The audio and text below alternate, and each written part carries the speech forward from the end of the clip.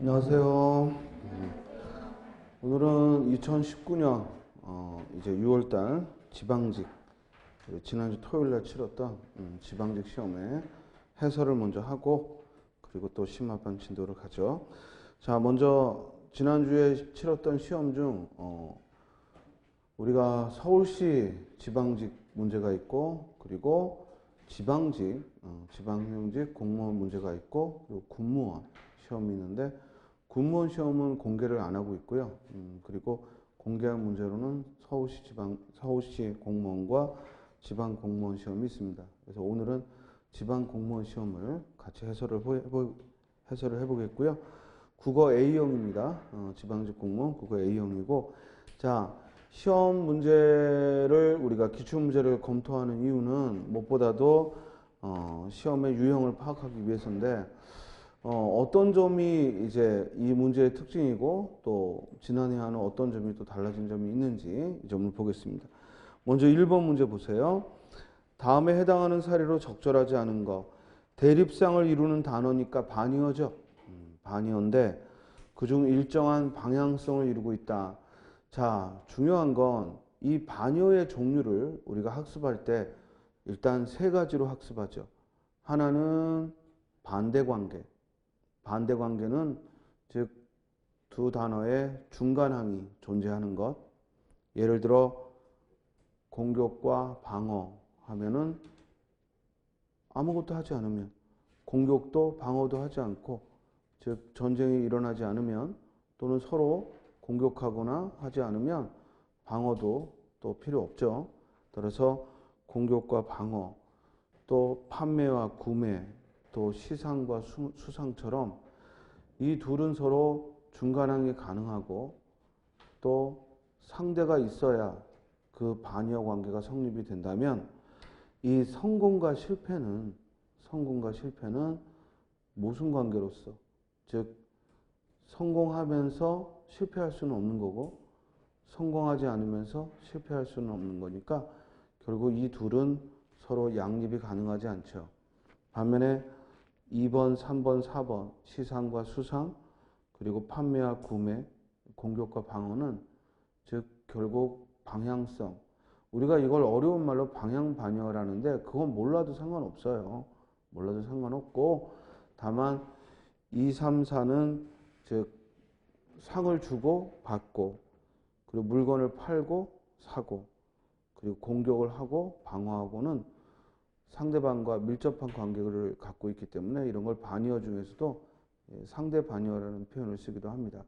따라서 이는 중간항이 가능하고 또 상대방이 있어야 그 단어의 의미가 존립이 가능한 단어들이라면 1번은 성공과 실패는 결국 중간항이 없고 서로 모순 관계를 이루고 있는 단어이기 때문에 정답은 1번이죠. 자, 2번 문제 보면요. 이런 건 수업 시간에 이론적으로 다룬 게 아니라 상식에 가까운 거지 사회자는 어떤 역할을 하느냐라는 거예요.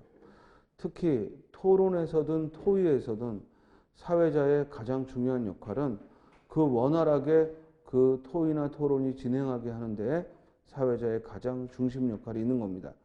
따라서 1번 토론을 시작하며 논제가 타당한지 자 논제는 이미 설정돼 있고 토론자들이 그 논제에 벗어나지 않도록 사회자는 이끄는 것이고 논제의 타당성 여부는 사회자가 검토할 문제가 아니죠. 따라서 1번 관계없고 2번 토론자들에게 토론의 전반적인 방향과 유의점에 대해 안내한다. 이 안내라는 말, 즉 사회자는 말 그대로 토론에 있어서 직접 끼어들지 않습니다. 그 진행이 원만하도록 안내하는 역할이 사회자의 가장 중심적인 역할이죠.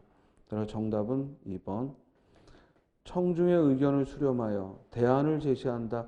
대안을 제시하는 역할은 토론자들이 해야 될 바지 사회자가 할 역할은 아닌 거죠.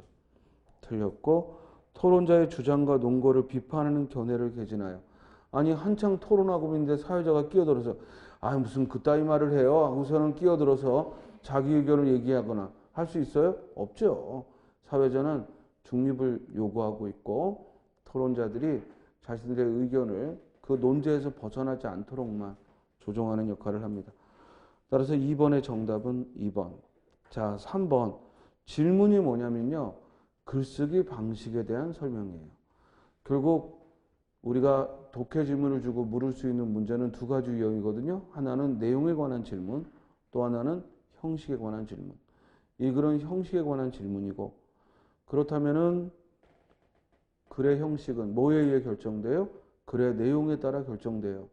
이 글은 뭘 화제로 하고 있냐면, 즉 가브리엘 파들이라는 사람이, 즉 가브리엘 과들이라는 사람이 중앙아메리카의 숲이 즉 25% 이상이 벌채됐고, 또 중앙아메리카의 전체 농토의 3분의 2가 축산다지로 점유되었다고 주장했죠. 주장 동그라미. 그 주장을 했고, 그리고 뒤에 실제로 밑줄 치고, 그러면 주장에 대해서 뭘 들어줬어? 실제 사례를 근거로 들어준 거죠. 그렇다면 1번 통계 수치를 활용했다. 2번 이론적 근거를 나열했다.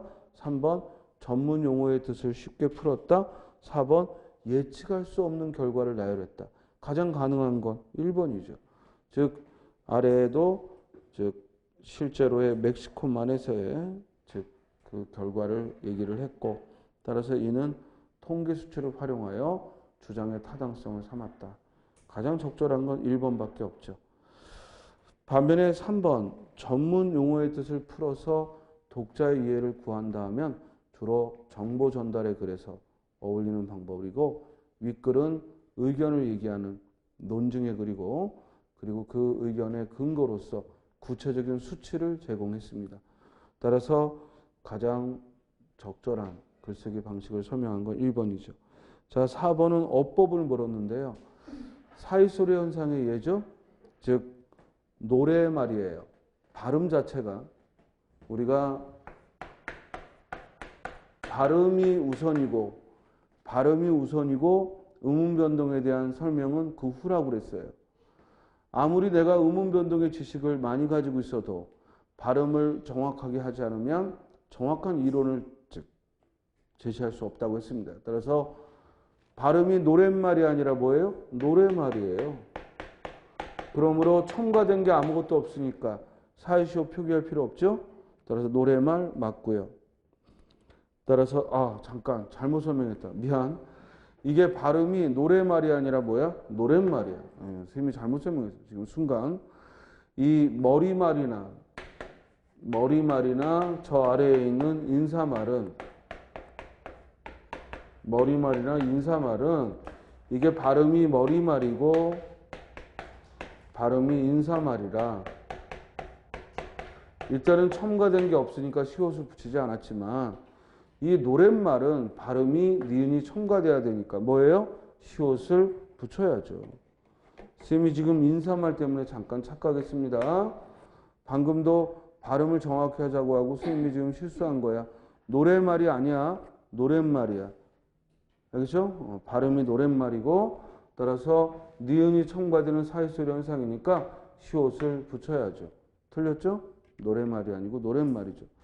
아니 왜 머리말, 인사말은 첨가가 안 되는데 노랫말은 첨가가 됩니까? 이건 아무도 설명할 수 없는 거예요. 그래서 우리가 사이소리 현상은 뭐라고 하느냐? 수의적 변동이라고 해요.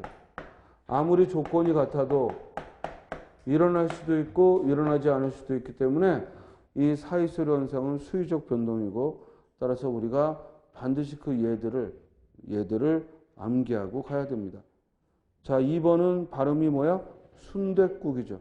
순대국이 아니라 순댓국이죠. 그러므로 된 소리가 나는 발음을 하면 순댓국, 된 소리가 나는 사이소리 현상이니까 시옷 받침을 붙여야죠. 그렇죠? 또 3번도 하교길이죠. 하교와 길이 만나는데 발음이 하교길이죠.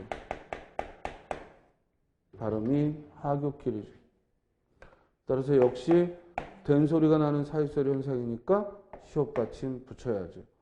자, 이 길은 도로명일 때만 붙이지 않고 그 외에는 된 소리가 발음되면 모두 시옷을 붙이는 거예요. 주소지에서의 길은 시옷을 붙이지 않습니다. 예를 들어 하굣길 같은 건 주소지에 있을 리가 없고 뭐 진달래길이니 가로수길이니 또는 곰달래길이니 이렇게 도로명으로 써요. 주소지는 시옷을 붙이지 않고요. 된소리가 나더라도 시옷을 붙이지 않고 일반적인 길은 사이 시옷을 붙여야 돼요. 자, 4번은 인사말, 머리말과 마찬가지로 첨가가 일어나지 않습니다. 그래서 발음 그대로 인사말, 머리말이므로 시옷을 붙일 필요가 없죠. 정답은 4번. 자, 5번은 우리가 수업 시간에 문학 이론이라고 배우는 거 이거 하나 배우는 겁니다. 즉 문학을 바라볼 때 그 비평의 관점에 두 가지가 있다고 그랬죠? 하나는 문학 작품 그 자체를 보는 거. 그걸 뭐라고 해요? 즉 내재적 관점. 그래서 절대론적 방법이라고 하고 반면에 문학의 외적인 작가의 의도나 독자의 수용 또는 반영된 시대 등을 고려하면 외재적 관점이라고 했어요. 지금 주어진 가는 반영론, 즉 외재적 관점이죠. 반영론은 문학작품이 시대를 반영한다라는 걸 전제로 하고 작품을 보는 거죠. 그러면 박목월의 나그네라는 작품은 읽을 필요도 없어요.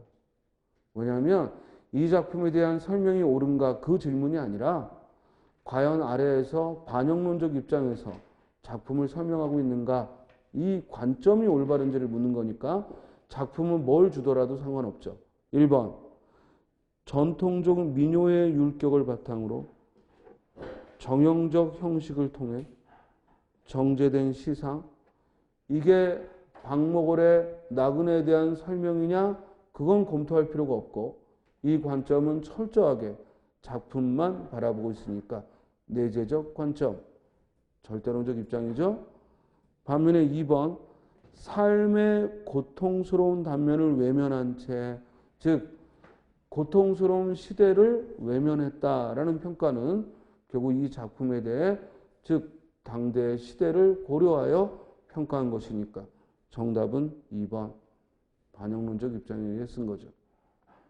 반면에 3번 낭만적 감성을 불러일으키는 시적 분위기가 시조에서 보이는 성경 후정과 낭만적 감성이니 성경 후정이니 이 모두 시의 구조를 말하고 있으므로 역시 내재적 방법.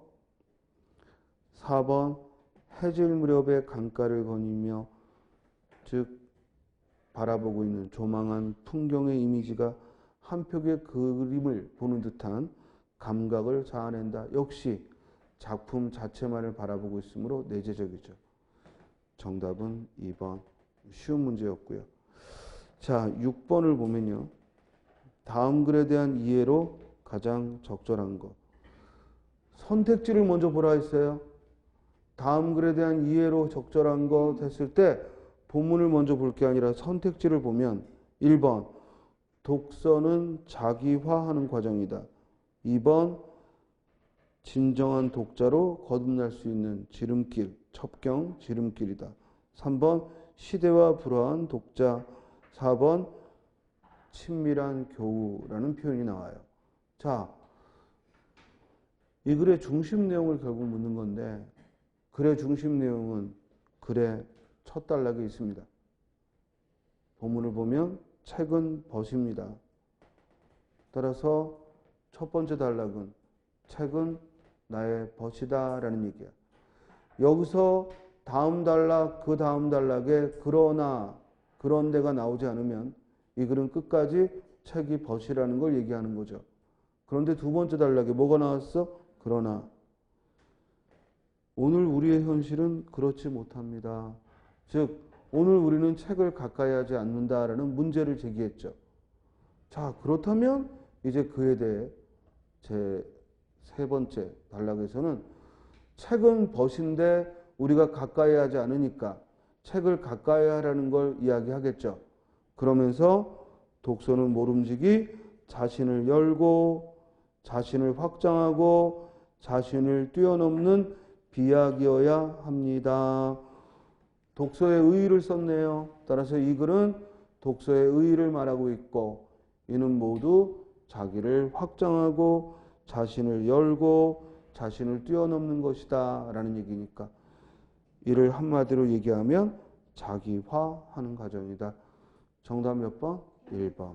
따라서 이 글의 중심 내용은 세 번째 단락의 첫 번째 문장에 중심 내용이 나왔고 글의 구조를 가만히 보면 첫 번째 단락에 책이 벗이다 하고 전제를 하고 두 번째 단락은 요즘의 현실을 비판했고 그리고 세 번째 단락은 독서의 의의를 따라서 밝히고 있습니다.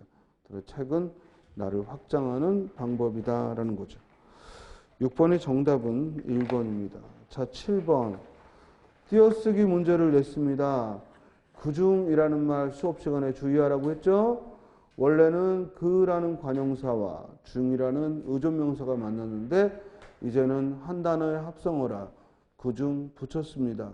한 단어라 붙였습니다 라고 했고요. 그러나 예책은 옛은 관용사고 책은 명사인데 예책은 합성으로 올라와 있지 않죠. 그러므로 띄어쓴 게 맞죠. 정답은 2번. 3번의 한 번은 횟수로 한 번, 꼭 한 번이라는 의미를 강조할 때는 띄어써야 되지만 일단 시간 날 때 낚시를 가자라는 얘기니까 이런 경우에는 한 번을 붙여 쓰죠. 틀렸고 굴속이 한 단어예요. 따라서 사람들은 황급히 굴속으로 모여들었다 할 때 이 굴속은 한 단어로 사전에 올라와 있으므로 가장 적절한 건 2번이죠. 정답은 2번. 자, 8번에 일단 기역, 니은, 디귿, 리을은 모두 올바른 발음을 썼습니다. 그리고 그 발음에 대해서 음운 변동을 설명해 놨죠. 우리 문법 시간에 가장 열심히 공부한 게 정확한 발음 후에 거기에 대해 음운 변동을 적용하자. 1번. 가을일 했을 때 한 가지 유형의 음운 변동이 나타난다. 보세요. 가을일을 발음하면 먼저 니은 첨가가 일어나죠. 그죠? 오늘 오전에도 얘기한 거야. 우리말에서는 리을 첨가를 인정하지 않아. 먼저 니은 첨가가 일어나고 그런 다음에 이 니은이 앞에 있는 리을과 만나서 유음화가 일어난다. 그러므로 음운 변동은 두 번 일어난 거죠. 한 번은 뭐야? 첨가가.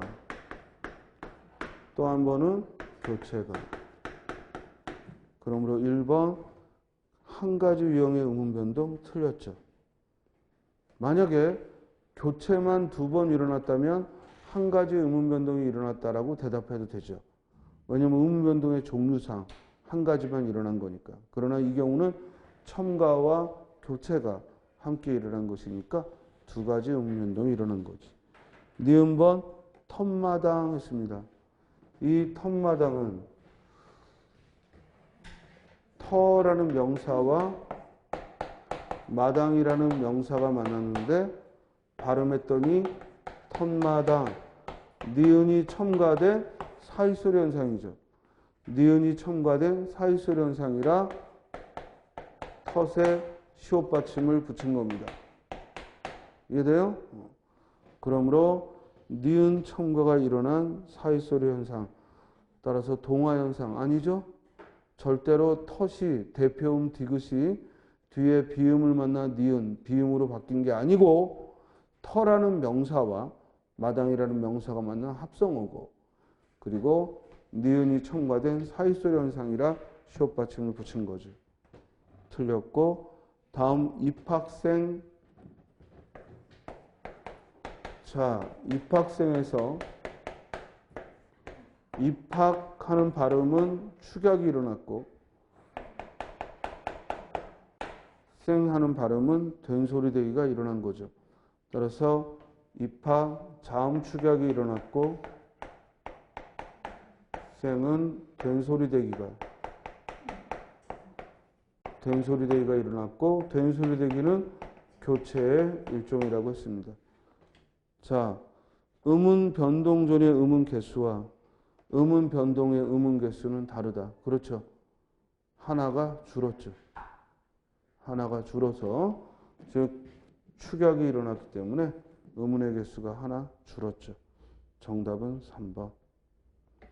반면에 4번 음절 흙먼지 했을 때 음절 끝에 오는 기역, 니은, 디귿, 리을, 미음, 비읍, 이응 이외에 자음이 오면 7개의 자음 중 하나로 바뀌는 규칙, 이를 우리는 음절의 끝소리 규칙이라고 하는데, 이 글은 음절의 끝소리 규칙 안에서도 대표음이 바뀌는 교체가 아니라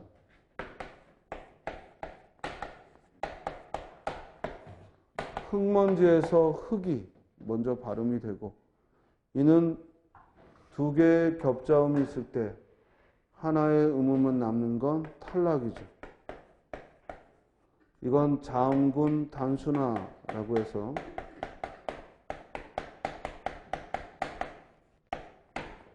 자음군 단순하다 해서 탈락이 일어난 것이고, 그런 다음에 뒤에 먼지와 만나서 흙먼지가 발음되면 이때는 교체가 일어난 거죠. 즉 비음화가 일어나서 교체가 일어난 거죠. 그러므로 이때는 단순한 음절의 끝소리 규칙이 아니라 자음군 단순화가 일어난 것이기 때문에 4번도 틀렸죠. 이해됐어요? 따라서 8번의 정답은 3번. 자, 9번은요. 어법에 어긋난 문장을 수정하고 설명한 예로 적절하지 않은 것. 먼저 1번 선택지를 보면 접수되었을 때라는 말을 곧 사건이나 행위가 완료된 상황을 나타내므로 접수될 때는 이라고 바꾼다고 했는데, 먼저 그 뒤에 보면 유사한 내용의 제안이 접수되었을 때에는 먼저 접수된 것이 우선한다라는 표현이 나와요. 즉 과거형이죠. 과거형이죠. 그러므로 앞에도 과거 시제의 엇을 써서 과거에 일어날 일에 대해서 이야기한 것이니까, 즉 완료가 아니라 접수될 때 하고 완료가 아니라 이때는 그대로 두는 것이 접수되었을 때 하고 과거에 일어날 일을 가정한 것이니까 그대로 두는 것이 좋겠죠. 따라서 1번이 틀렸습니다. 1번에 유사한 내용의 제안이 접수되었을 때에는 먼저 접수된 것이 우선한다. 시제 일치를 위해서는 사건 시의 일치를 해줘야 되고, 지금 발화시의 절대 시제는 현재형이에요. 우선한다. 현재형이지만 그 안에 사건 시가 인원한 상대 시제의 경우에는 과거형이에요. 그러므로 접수된 것이다 라는 말에 시제를 일치하기 위해서는 접수되었을 때 하고 과거 시제를 써주는 게 맞습니다. 따라서 1번은 잘못 바꾼 예고요. 정답은 1번. 자, 2번은 교부라는 말이 중복되니까, 교부라는 말이 한 문장 안에서 동일한 표현이 중복되는 건 동어 반복의 오류죠. 그러므로 즉 앞에 있는 교부를 빼라 맞고, 3번에서 수역을 제외된 상태에서 논의를 진행하겠습니다. 수역을 제외된 상태, 문장이 호응이 안 되니까 수역을 제외한 상태하고 피동이 아니라 능동의 표현으로 써야겠죠.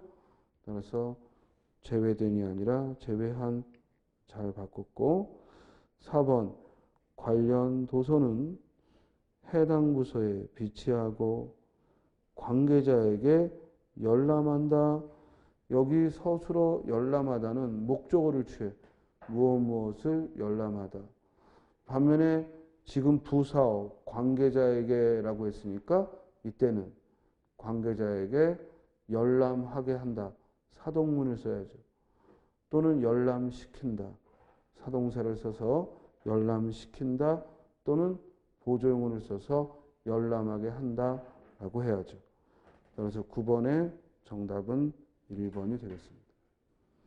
자, 9번 문제는 결국 어법에 어긋난 문장을 쓰는 건데 이 경우에 이렇게 고쳐놓은 걸 보고 우리가 적절한지 판단하는 건 오히려 쉬워요. 아무런 즉 얘기 없이 올바른 걸 찾아라, 올바르지 않은 걸 찾아라. 이게 훨씬 더 난이도가 높은 문제입니다.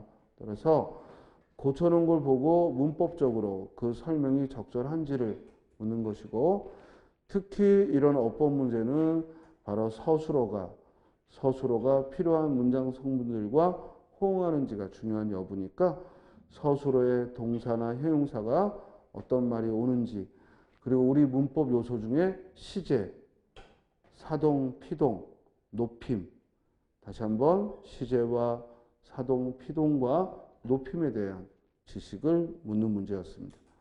그래서 9번의 정답은 1번. 자, 10번은요. 가부터 라에 대한 설명으로 적절하지 않은 것. 먼저 가는 여러 차례 출제됐던, 즉 여러 차례 출제되어서 즉 학문을 즉 고인의 뒤를 이어 학문을 하겠다는 시조죠. 따라서 연쇄법을 활용했다. 암기하고 있던 게 아니라 연쇄법을 알아야 되는 거야. 그래야 이 시조를 여러분들이 연쇄법하고 공부 안 했더라도 연쇄법을 이해하고 있으면 나왔는지 알 수 있지. 연쇄법이 뭐예요? 끝말잇기야. 따라서 고인도 나를 못 보고 나도 고인 못 배. 그런 다음 중장에서 고인을 못 빼도 하고 또 이었고, 여덩길 앞에 있네. 그런 다음 또 여덩길 앞에 있거든. 이렇게 각 초장, 중장, 종장이 그 앞에 끝말을 이어 쓰고 있으니까 연쇄법 맞죠? 그리고 또한 항상 선택지는 두 가지를 물어요. 일단 방법이 연쇄법을 썼는지, 그리고 뒤에는 뭐예요? 그 내용이 그 연쇄법을 통해 그 효과가 무엇인지. 고인을 따르겠다는 의지 맞죠? 여기 여덩길은 어떤 의미? 학문의 길이야. 즉 앞선 사람들의 학문의 길을 따르겠다라는 의지를 담은 겁니다. 2번 술은 어이하여 교환이 누룩석글 타시러라. 국은 어이하여 교환이 연매탈 타시러라. 이 음식 이 뜻을 알면 만수무강하리라. 자, 술은 결국 얼마나 잘 익었느냐가 술 맛을 결정하고, 국은 간을 어떻게 맞추느냐가 국맛을 결정하고, 그리고 이 음식과 이 뜻을 알면 만수무강할 거다. 그러니까 술과 국을, 음식을 잘 조절하면 건강할 거다. 이런 얘기죠. 1번 문답법이 뭐예요? 묻고 답하던 거야. 여기 술은 어이하여 조하니 누룩석글 타시러라. 이 경우는 문답법으로 볼 수도 있죠. 즉 술은 어찌하면 좋으냐? 즉 누룩을 얼마나 섞을 탓이다. 국은 어찌하여 좋으냐? 간은 얼마나 맞추느냐에 달렸다. 이 경우 문답법 볼 수 있죠. 그런데 대조법을 썼다고 했는데, 대조라는 것은 내용상 상반되는 내용이 들어가 있어야 되는데, 여기 초장과 중장의 국과 술은 즉 대조가 아니죠. 대조가 아니고 문장의 형식이 유사하니까 뭐예요? 대꾸법을 썼죠. 그러므로 대조법을 활용했다는 게 틀렸고, 이 글은 대꾸법을 썼죠. 그러니까 뒤에 님의 만수무강을 기원한다는 말도 틀렸지만 뒤에 걸 굳이 따져볼 필요도 없던 거죠. 자, 10번 문제는 수사법을 묻는 문제였습니다. 그래서 혹시라도 수사법이 약한 친구들은 반드시 공부해야 됩니다. 수사법. 그리고 지금 얘기한 수사법들은 우리가 그동안 다 학습했던 거지 새로운 게 있을 리는 없고, 문제는 이제 그걸 어떻게 적용하느냐가 또 연습을 통해 키워야죠. 다음에 3번에 뭐뭐 같이라는 표현이 반복됐고, 그리고 반복되면 뭐야? 운율감을 더해주죠. 4번에 냉소적 어조를 통해, 즉 허허허허한들 내 웃음이 정말 웃음인가? 하 어처없어서 느끼다가 그리 되게 번님내 웃지를 말구려 악귀 지어드리라 라고 했으니까 내가 지금 웃는 게 웃고 싶어서 웃는 게 아니다. 따라서 나의 불편한 심기를 그대로 드러내고 있습니다. 10번의 정답은 2번. 자, 11번. 충분히 예상되는 문제. 우리 이런 단어를 뭐라고 하죠? 살다처럼 이렇게 낱말을 찾으면 여러 단어가 의미가 들어있는 걸 뭐라 해요? 다의어라 하죠. 다의어. 한 단어 안에 여러 의미가 들어있을 때 이를 우리는 다의어다라고 합니다. 따라서 그 의미에 맞게 쓰여진 걸 묻는 거죠. 그런데 적절한 걸 물었어요? 적절하지 않은 걸 물었어요? 적절하지 않은 거예요. 1번 장기에서 포는 죽고 차만 살아있다. 이때 경기나 놀이에서 즉 상대방에게 잡히지 않고 제 기능을 다할 때도 살다. 맞게 썼죠? 2번 그는 벼슬을 살기 싫어. 이럴 때 살다는 어떤 직분을 살다.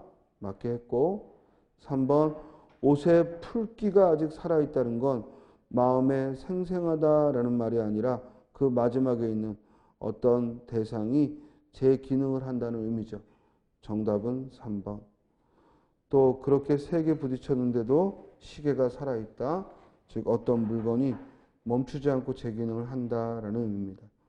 따라서 11번에 적절하지 않은 건 3번이죠. 자, 12번. 진행자의 말하기 방식이야. 근데 주의할 건 적절하지 않은 거야. 따라서 선택지를 먼저 봐야지. 1번. 상대방의 의견이 합리적이지 않음을 지적하며 답이죠. 왜? 진행자는 결코 상대방과 토론하거나 토의하는 게 아니죠. 이건 아예 답을 알려줬어요.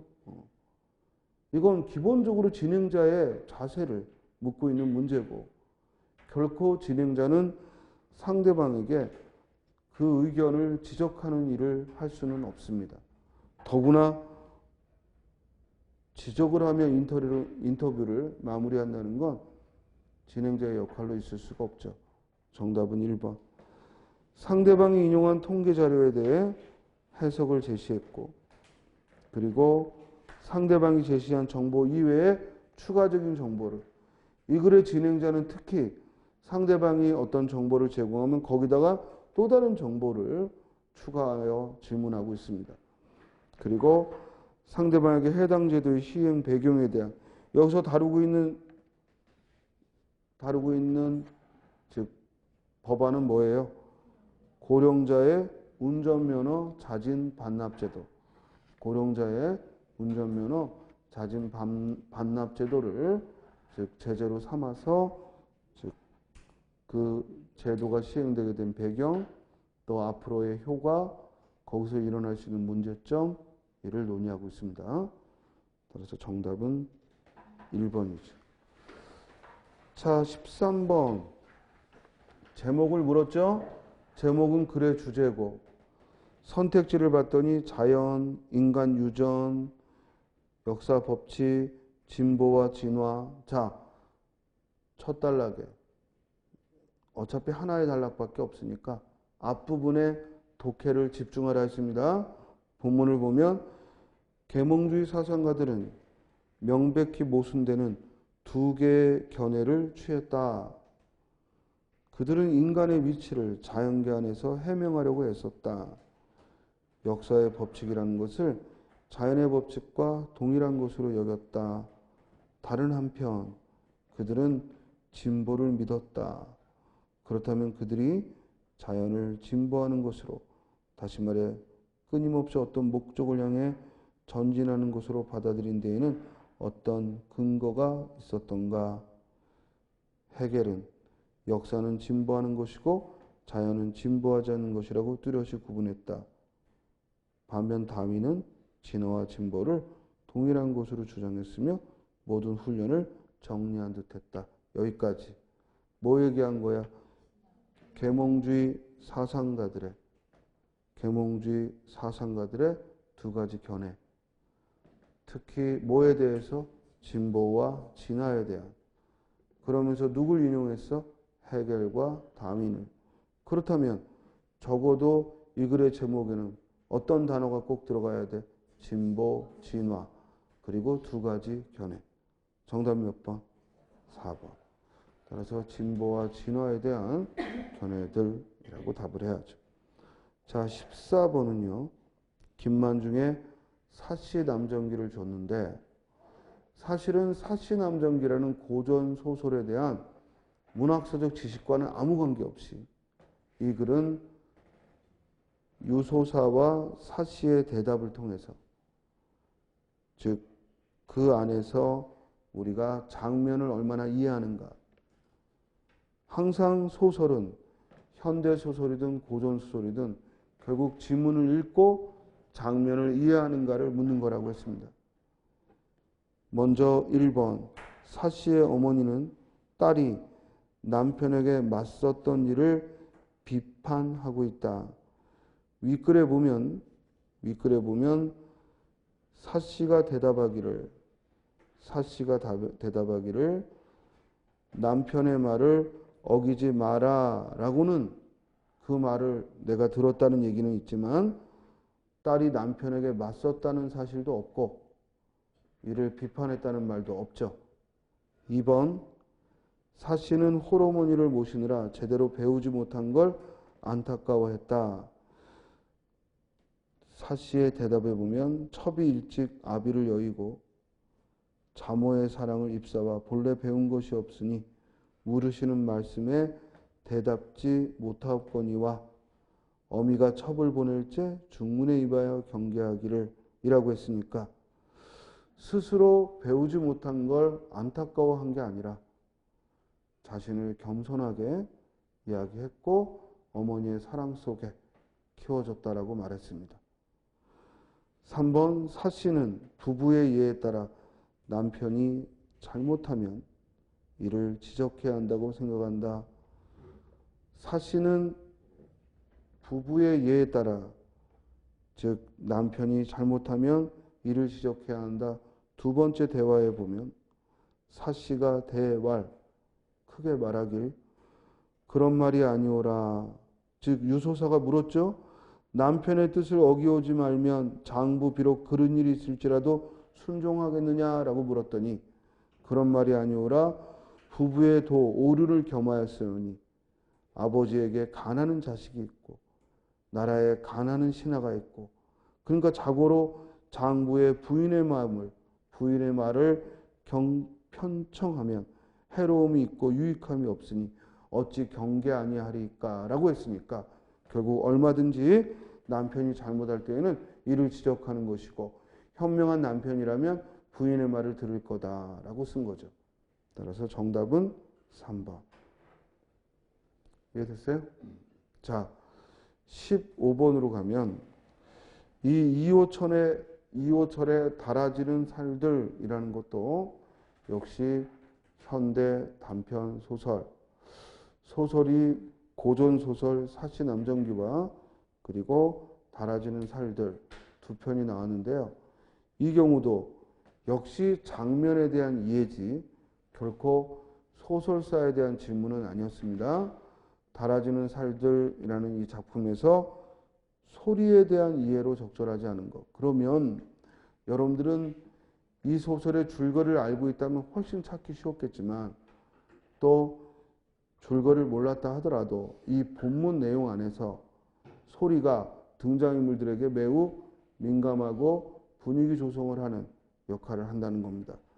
1번, 서늘한 소리는 예사롭지 않은 분위기를 조성했고 2번, 꽝당 꽝당 하는 소리가 인물의 심리적 상태의 변화를 촉발한다. 위에 보면 계속 단조로운 듯 하면서 중간에 꽝당 꽝당 단조로운 소리면서 밑줄 쳐 송곳처럼 쑤시는 구석이 있는 이라는 표현이 나오잖아. 그리고 그 소리는 이상하게 신경을 자극했다라고 했죠. 그러니까 이 간헐적이라는 얘기는 소리가 드문드문 끊어졌다 들리는 걸 간헐적이라 해. 이 소리 때문에 등장인물은 심리적 영향을 받은 거죠. 맞고, 단조로운 소리는 반복적으로 드러남으로써 모종의 의미가 부여된다. 즉 반복되는 소리는 결국 그 소리에 주목하게 만들고 등장인물로 하여금 그것이 심리적인 영향을 받게 하고, 그래서 마지막 단락에 보면 그 쇠붙이에 쇠방치 부딪히는 소리는 여전히 간헐적으로 이어지고 있었다. 밤내 이어질 모양이었다. 자세히 그 소리만 듣고 있으려니까 바깥에 선들대는 늙은 나무들도 초여름 밤에 바람에 불려 그런 것이 아니라 저 소리의 여운에 울려 흔들리고 있었다. 저 소리는 이 방 안의 벽 틈소리를 쪼개고도 있었다. 형광등 바로 위에 천장에 비수가 잠겨 있을 것이었다. 즉 등장인물에게는 꽝당꽝당하는 그 망치 두드리는 소리가 비범하게 들렸다는 얘기예요. 범상치 않고 비범하게 들렸다는 것이죠. 그러므로 모종의 의미가 부여되고 있습니다. 맞고, 소리의 여우는 단선적 구성의 변화를 주어, 요게 틀렸지. 갈등 해소. 오히려 이 꽝당꽝당하는 의문의 소리가 갈등의 시발점이 될 수는 있어도 이것이 갈등을 해소한다는 건 여기 주어진 글로는 도저히 짐작할 수가 없죠. 그렇죠? 항상 주어진 글 속에 제시돼야 돼. 여기서 소리가 갈등을 해소한다는 얘기는 아무리 봐도 그 실마리를 찾을 수가 없어. 자, 항상 소설이든 어떤 독해 지문에서 어떤 단어의 의미를 설명하면 그건 그 지문 안에서 찾아낼 수 있어야 돼. 찾아내지 않고 여러분들이 추리해야지만 그게 타당하다고 여겨지면 그건 틀린 거야. 반드시 이게 갈등의 해소라면 위의 소설에서 이 소리 때문에 어떤 갈등이 해소됐음이 나와줘야 돼. 근데 지금 이 주어진 지문만 보면 갈등도 지금 모르겠지. 그렇지 않아요? 여기 구체적인 갈등은 그냥 이상한 소리가 들린다는 것만이지 이게 무슨 갈등이 이미 일어났고 그걸 해소하고 있다? 도저히 짐작할 수 없죠. 따라서 이 글에서 소리에 대한 이해로 적절하지 않은 거 4번이죠. 자, 16번은 다음 글에 대한 이해로 적절하지 않은 거. 선택지 먼저 보세요. 1번. 영화 일 포스티노는 시를 이해하는 데 도움이 되는 교과서와도 같다. 글의 앞부분에 나왔죠? 뭐라고 써 있어요? 학생들에게 시를 가르칠 때 나는 종종 일 포스티노를 활용한다. 수백 마디의 말보다 일 포스티노를 함께 보고 토론하는 게 시의 본질에 훨씬 깊숙이 훨씬 빨리 가 닿을 수 있다는 걸 경험하기도 했다. 일 포스티노가 그 네루다와 우편 배달부의 우정을 다룬 영화죠. 여러분들 봤나요? 도대체 뭘 하고 사니 그러면? 아무것도 안 보면. 자, 이게 우편 배달부와 이 네루다의, 즉 시인 네루다의 즉 우정을 다룬 건데요. 네루다가 이 망명 가서 어느 섬에 있을 때 거기는 우편 배달부가 계속해서 이 네루다에게 편지를, 외부 소식을 전하면서 시를 배우고 또 시를 둘이 즐겨요. 따라서 이 글을 통해서 시의 본질에 대해서 교과서처럼 활용할 수 있다는 얘기입니다. 1번 맞고, 2번. 영화 일 포스티노의 인물들은 문학적 은유의 본질과 의미를 잘 알고 있다. 자, 윗글에 보면 시를 공부하면서 은유에 매달려 본 사람이라면 이 영화를 보고 수차례 무릎을 쳤을 것이다. 마리오 루폴로가, 이게 우편 배달부야, 네루다에게 보내기 위해 고향의 여러 가지 소리를 녹음하는 인상적인 장면이 있다. 여기서 해변의 파도 소리를 녹음하는 게 은유의 출발이라면 어부들이 그물을 걷어 올리는 소리를 담고자 하는 모습은 은유의 확장이라고 할 수 있다. 이 판단은 누가 내리고 있는 거야? 글을 쓰는 사람이 내리고 있지 결코 등장인물은 그런 문학적인 걸 알고 하는 게 아니죠. 만약에 그걸 알고 했다면 그건 은유라고 말할 수 없는 거야. 그 영화에서 그 문학을 은유하고 있다. 즉 문학을 은유하여 형상화했다. 이건 비평가의 견해고 인물들은 본인들의 역할에 충실한 것이고 여기서 우편배달부가 그 소리들을 녹음한 건 네루다에게 자기 소식을 알려주기 위한 것이고 함께 했었던 기억을 떠올리게 하는 것이지 결코 문학의 본질을 파악하고 한 행위는 아니죠. 정답은 2번이죠. 만약에 등장인물이 그런 은유에 대한 걸 파악하고 했다면 여기 써 있어야 돼. 등장인물들은 예를 들어 우편배달부는 충분히 문학적 은유를 알고 이러이러한 소리들을 모았다. 이렇게 써 있어야 돼. 그렇지 않잖아요. 이건 평론가의 견해일 뿐이죠. 따라서 정답은 2번. 적절하지 않은 것이라고 물었으니까 2번을 답으로 해야죠. 17번 한자성어를 물었는데 자 우리가 공부하면서 한자성어를 한 번이라도 봤던 건 두 개야. 뭐하고 뭐? 2번의 위편 3절과 3번의 천의 무봉이야. 답은 그럼 이 둘 중에 하나야. 절대로 처음 나오는 한자성어가 답인 경우는 우리 시험에 없다. 이해돼요? 그러니까 여러분들이 본래 한자성어를 모르는 것이 아니라 공부를 하느라고 했는데 우리가 공부를 열심히 했는데 그래도 못 보던 게 나왔다. 그럼 그건 답이 아니라고. 됐어요? 자, 본문을 보면 방랑시인 김삿갓의 시는 해악과 풍자로 가득 차 있는데 무슨 시든 단숨에 써내리는 밑줄치고 이렇게 시를 멈추지 않고 단숨에 써내리는 걸 일필휘지라고 하죠. 그러니까 이 일필휘지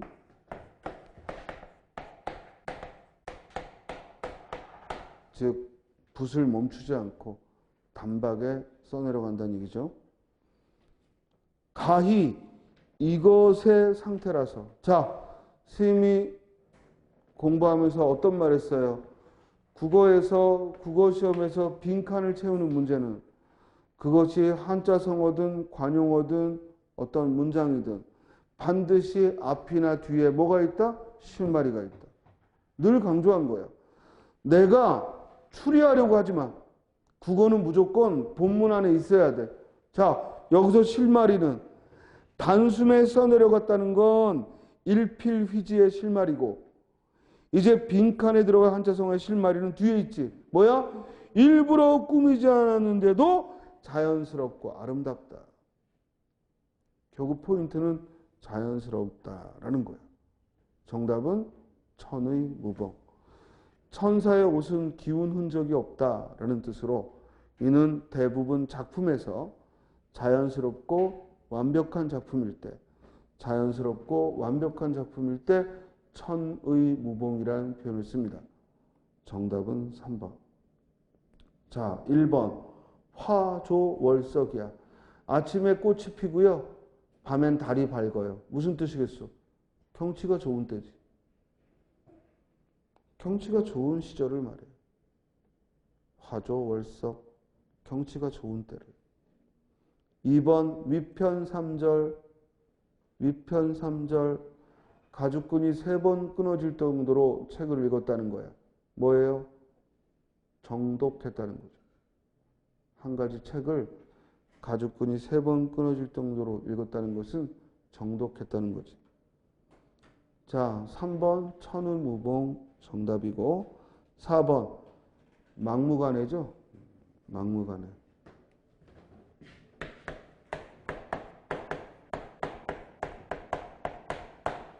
우리 이 말 어쩔 때 써요? 이건 뭐 한자성어라기보다는 그냥 평소에 많이 쓰는 사자성어, 넉자의 표현이죠. 쟤는 막무가내로 나에게 요구를 해. 막무가내로 때를 써. 달리 어쩔 도리가 없다는 뜻이죠. 막무가내로 하면 달리 어떤 도리가 없다. 달리 어쩔 도리가 없다라는 관용어지. 막무가내로. 따라서 막무가내의 상태라 자연스럽고 아름답다? 어울리지 않잖아요. 자, 17번의 정답은 3번. 18번. 쌤이 이런 한자 문제는 외워서 푸는 건 복불복.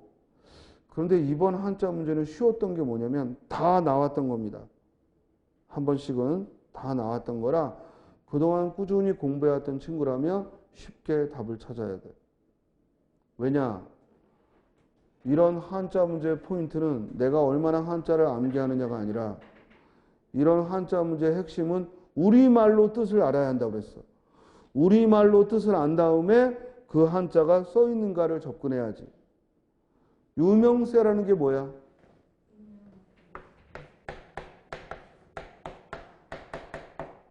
유명세를 치르다 주로 이렇게 쓰죠? 무슨 뜻이에요? 유명하다 보니까 피곤한 일도 많고 그래서 유명해지면 돈이나 명예도 올라가겠지만 그에 따른 세금도 내야 한다는 거야. 거기서 세금은 구체적으로 얼마를 낸다 이 뜻이 아니라 그런 다른 사람들의 이목이나 또는 뭐 악플 다는 거 이런 건 감수해야 한다는 거지. 근데 거기 유명해진다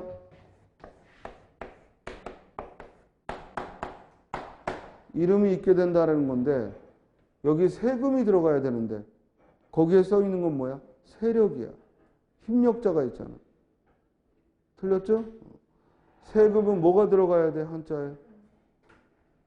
세금은 한자에 뭐가 들어가야 돼? 우리가 농경문화에서 세금은 뭐로 냈나? 벼로 냈단 말이야. 쌀로 냈단 말이야. 따라서 벼화자가 들어있어요. 세금 세자는 벼화자가 들어있습니다. 따라서 벼화자가 들어간 세금 세자를 써야죠. 핵심은 벼화자가 들어있어야 돼. 힘력자가 아니라. 이 세자는 언제 쓰겠어? 여기 잘못 쓰여진 세자는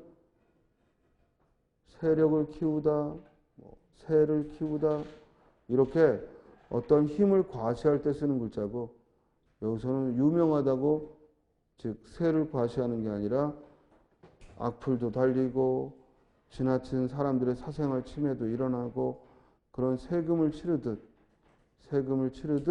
유명세를 치르는 거니까 즉 세금 세자가 써야 되고 1번이 틀렸죠. 복불복이죠. 무슨 뜻이에요? 복이거나 아니면 복이 없거나. 그러니까 아니 불자를 썼고 복불복. 대증요법은 이미 여러 번 출제됐죠. 맞춤법 문제로 한번 출제됐어요. 대중요법이 아니라 뭐라고? 대증. 즉 증상에 대한 그 증상에 대한 치료야. 그러니까 대증 맞고 경위죠. 사건의 경위.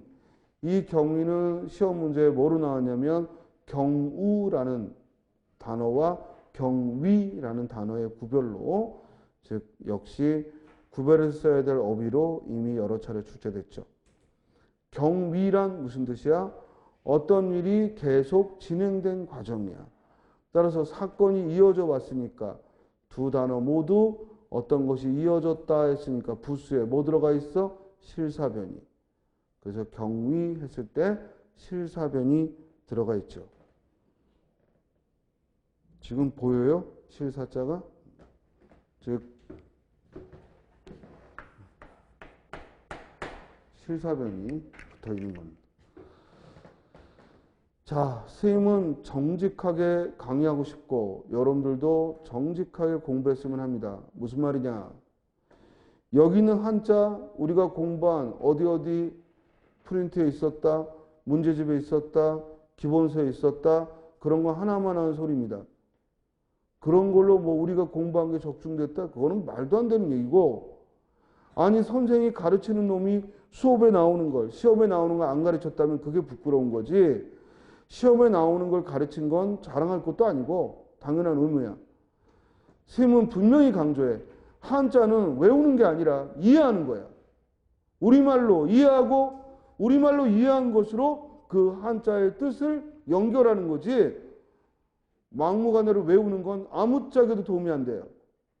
따라서 지금부터라도 여러분들 이렇게 기출문제에서 마주치거나 아니면 기본서에서 주의할 한자 도금 또는 동음이여 하고 공부해야 될 한자는 이미 기본서에 정해져 있어. 그걸 공부할 때 우리말로 먼저 뜻을 알아야 돼. 그런 다음 그 뜻에 맞추어서 그 뜻의 부수가 한자에 들어있는지 이걸 늘 접근하라고. 무슨 말인지 알겠어요? 반드시 한자를 공부할 때는 금방 스님이 설명한 대로 유명세를 치른다? 유명하니까 뭔가 대가를 치러야 되고 그러면 세금의 그 세자에는 뭐가 들어갔겠느냐? 한자가 만들어지던 당시에는 돈으로 세금을 낸 게 아니라 쌀로, 벼로 수확한 것으로 세금을 냈으니까 그 세자에는 벼화자가 들어가겠구나. 평소에 공부할 때 그런 식의 공부를 해야 된다 이 말이야. 뭔 소리인지 알겠어요? 그러니까 무조건 유명세하고 외웠는데 다음에 시험 문제는 유명세가 아니라 지방세 이러고 나오면 또 틀리는 거야. 또 그 세가 같은 세금이다라는 걸 모르는 이상 또 틀리는 거야. 그러니까 항상 뜻과 연결지어서 한자를 보자 이 말이야. 다음 따라 18번의 정답은 1번. 19번. 다음 글에서 추론한 바 밑줄 치고. 추론하라고 해서 여러분들이 추론하려고 하지 말라고 그랬어요. 그냥 써 있는 거야. 써 있는 거로 적절하지 않은 거. 이런 문제예요. 자, 이 글은 뭘 다룬 거야? 첫 번째 달라. 우리는 도시화 산업화 고도 성장 과정에서 우리 경제의 뒷방살이 신세로 전락한 한국 농업의 새로운 가치에 주목해야 한다. 따라서 이 글은 우리 한국의 농업에 대해 새로운 패러다임을 갖자는 거야. 새로운 시각으로 바라보자는 거야. 새로운 가치에 주목하자는 거야. 이해돼요? 따라서 그 새로운 가치로 첫 번째 뭘 얘기했어요? 두 번째 단락 첫 번째 줄에 농업은 자원 순환적이고 환경 친화적인 산업이기 때문이야. 이해됐어요? 그리고 맨 마지막에 녹색 성장 산업으로서 농업의 잠재적 가치가 중시되고 있다는 거예요. 이게 핵심입니다. 1번. 고도 성장을 도모하는 경제정책을 추진하는 과정에서는 농업 중심의 경제 패러다임을 지향했다. 맞죠? 왜냐하면 고도 성장을 도모하는 경제정책을 추진할 때 농업에 대해 무시했었다는 얘기야. 2번. 효율성을 중요할 가치로 내세우는 경제 시스템은 한계가 있다는 얘기고 그러니까 농업에 대해 주목하자는 얘기를 이거는 하고 있는 거죠. 유목 생활을 하는 민족에 비해 정주 생활을 하는 민족이 농업의 가치 증진에 더 기여할 수 있다. 즉, 두 번째 단락에 나와 있죠? 나와 있어야 돼. 우리가 그렇게 짐작하는 게 아니라 나와 있어야죠. 두 번째 단락 밑에서 네 번째 줄에 지키고 갖고 후손에게 넘겨주는 정주민의 문화적 지속성을 존중하는 농업의 가치가 새롭게 조명받는 이라는 말이 나오지? 따라서 머물러 있는 민족에게는 농업이 중요한 가치라는 얘기죠. 그런데 4번 녹색 성장 산업으로서 농업의 효용성을 드높이기 위해 과학기술의 부작용을 성찰하자가 아니라 마지막 줄에 보면 과학기술의 눈부신 발전 성과를 수용하여 즉 과학기술의 긍정적인 점을 보고 그 긍정적인 점을 가져와서 이 농업을 녹색 성장 산업으로 키우자. 이런 얘기죠. 따라서 19번에 적절하지 않은 거 몇 번? 4번. 그럴싸해 보여도 윗글에 써있지 않으면 틀린 거야. 우리 학생들이 가장 많이 실수하는 게 추론한다라는 말이 논리적으로 추리한다는 얘기니까 시험장에서 추리하고 있더라고. 여러분들이 추리하고 있으면 안 돼. 그냥 국어 시험은 100% 뭐야? 써 있는 거. 써 있어야 되는 거야. 이게 다른 시험과 다른 점이에요. 무조건 국어 시험은 독해는 써 있습니다. 써 있는 게 아닌 걸 추리하면 다 틀립니다. 다 틀립니다. 그게 지금까지 시험이었습니다. 상식적으로는 이렇게 추리해 볼 수 있지 않는가? 안 먹힙니다. 반드시 본문 안에 실마리가 있어야 됩니다. 알겠죠? 자, 20번. 글쓴이의 입장에 부합하는 것. 먼저 이 글의 화제는 첫 단락에 효를 말했는데 효가 개인과 가족 곧 1차적인 관계에서 일어나는 행위를 규정한 것이라면 충은 2차적인 관계에서 일어나는 행위를 규정했다. 여기까지는 효는 1차적인 관계고 충은 2차적인 관계다 하는 얘기를 했고, 그런데 언제부턴가 우리는 효를 수능적 가치관을 주입하는 봉건 가부장제 사회 유습이라고 오해하는가 하면 충과 효를 동일시하는 오류를 저지르는 경향이 많아졌다. 문제를 제기했지? 이 글은 어떤 문제에 대한 제기야? 충과 효를 1차원적인 관계와 2차원적인 관계를 혼동하고 있는 그 오류를 지적한 거야. 마치 봉건적인 그런 충의 이념을 가정이라는 제도 안에서도 아버지가 왕이고 어머니가 왕비고 자식은 신하고 이런 식의 관계로 바라보고 있다. 이는 분명히 오류다라고 지적한 거죠. 이해됐어요? 1번. 효는 봉건 가부장적 사회에서 비롯한, 틀렸지? 이 말에 대해 비판하려고 이 글을 썼어. 봉건 가부장제 사회에서 비롯한 게 아니라는 게 이 글의 필자의 생각이야. 이해돼요? 거기 첫 단락에 써 있잖아. 첫 단락에 방금 읽었던 부분. 그런데 언제부턴가 우리는 효를 봉건 가부장제 사회 유습이라고 오해했다고 했잖아. 그러니까 봉건 가부장제에서 비롯됐다는 건 틀렸다는 얘기지. 그렇죠? 2번. 효는 부모와 자식 간의 관계이므로 조건 없는 신뢰에 기초했다. 윗글에 보면 마지막 단락에 유교에서는 부모와 자식의 관계가 자연에 의해 결정됐기 때문에, 이 때문에 부모 자식의 관계는 인위적으로 끊을 수 없죠. 무슨 말인지 알겠어요? 그렇다고 부모 자식의 관계가 신뢰에 기초했다가 아니라 자연적인 관계야. 따라서 2번도 관계없지. 3번. 윗사람에 대한 복종을 절대시하지 않는 게 유교적 윤리의 한 바탕이다. 윗글에 보면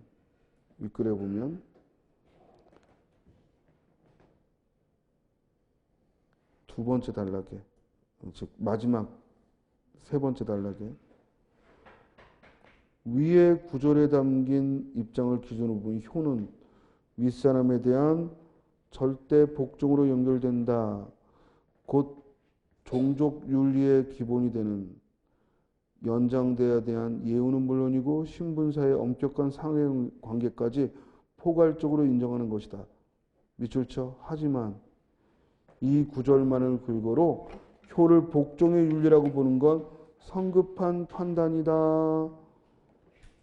왜냐하면 원래부터 효란 가족윤리 또는 종족윤리로 사회윤리였던 충보다 우선시 되었을 뿐만 아니라 유교의 기본 입장은 설사 부모의 명령이라 하더라도 옳고 그름을 가지 않는 맹목적인 복종은 그 자체가 불효라고 보았기 때문이다. 따라서 윗사람에 대해 맹목적으로 복종하지 않는 것이 바로 유교윤리의 핵심이라는 거지. 그러므로 3번 맞죠? 즉 윗사람에 대한 복종을 절대시하지 않는 게 오히려 유교의 진실한 이념이라는 얘기야. 그럼 선생님 요새 유교주의자 유교를 지향한다 하면은 가부장제에 찌들어 있는데 그건 뭡니까? 그건 사이비입니다. 사이비. 알겠습니까? 사이비가 무슨 뜻이야? 그럴싸한데 아니라 이거지. 유교의 핵심은 절대 가부장제가 아닙니다. 그리고 절대적인 복종을 요구한 적이 없습니다. 그렇게 그 유교를 그런 식으로 가져다 쓴 건 사이비들의 짓이죠. 됐어요? 자, 4번에 충의 도리를 다함으로 효의 도리에 도달할 수 있다고 보지 않습니다. 이 글의 필자는 철저하게 효와 충을 별개로 보고 있고 그리고 유교윤리는 절대로 복종을 전제로 하지 않는다는 것이 이 글에서 필자가 말하고자 하는 겁니다. 이해됐어요? 따라서 글쓴이 입장에 부합하는 거 3번이죠. 자, 이렇게 20문제를 검토해 봤는데요. 사실은 아주 전형적인 그런 문제들을 냈지만 지문도 어려울 게 없는데 오래 걸리는 문제가 한 3문제 정도 있습니다. 첫째가 방금 풀었던 20번 문제, 그리고 두 번째가 소설에 관한, 즉 사시남정기하고 달아지는 살들, 이 두 편의 소설은 사실은 빨리 풀 수가 없습니다. 반드시 본문을 검토했어야 되기 때문에. 그리고 마지막 20번 문제도 효에 대한 일반적인 우리의 생각으로 풀 수 있는 문제가 아니기 때문에 철저하게 글 속에 있는 걸 찾아야 했고, 그래서 이 3문제가 조금 시간을 많이 잡아먹지 않았을까 생각이 들고, 그렇다면은 여러분들이 조금 서두르는 감이 있어서 이 정도의 시험이면 한 85점 정도면 상당히 잘했다라고 생각이 듭니다. 왜냐면 문제 자체가 힘들어서 85점이 아니라 시간을 관리할 수 있는 그런 여지까지 고려한다면 85점만 맞아도 선생님 볼 때는 훌륭한 점수라고 생각이 듭니다. 이런 문제를 90점, 95점을 시간 내에 했다면 굉장한 실력의 소유자고, 그리고 아마 평균적으로는 평소에 풀던 것보다 한두 개 더 틀리지 않았을까 그런 생각이 듭니다. 이번 지방직은 철저하게 시간과의 싸움이 결국 관건이었던 그런 문제가 아니었나 싶습니다. 자, 여기까지 진행하고요. 그리고 혹시 궁금한 게 있으면 또 질문들 하시고, 사실은 출제 문제를 검토해 봄으로써 여러분들은 지방직 시험이 이런 유형이구나 라고 아는 것도 필요하겠지만, 어떻게 하면 내가 시간 내에 이 문제들을 풀까? 이게 또 국어 한 과목이 아니잖아요.